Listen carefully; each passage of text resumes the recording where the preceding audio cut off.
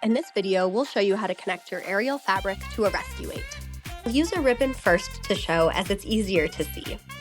First, find the middle of your ribbon and bring it under and through the large hole of the rescue weight. Next, separate the tails and loop the ribbon through and under.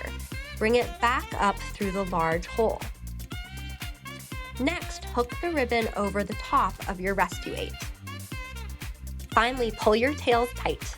Now you have a safe tie.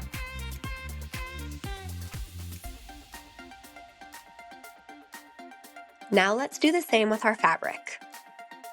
Take the fabric under and through, separate the tails, and loop the fabric through and under. Bring it back up through the large hole.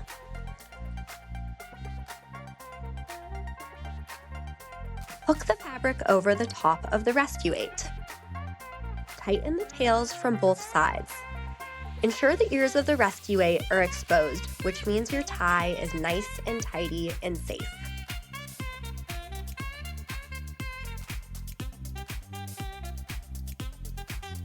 Attach and lock your hardware, and you're ready to fly.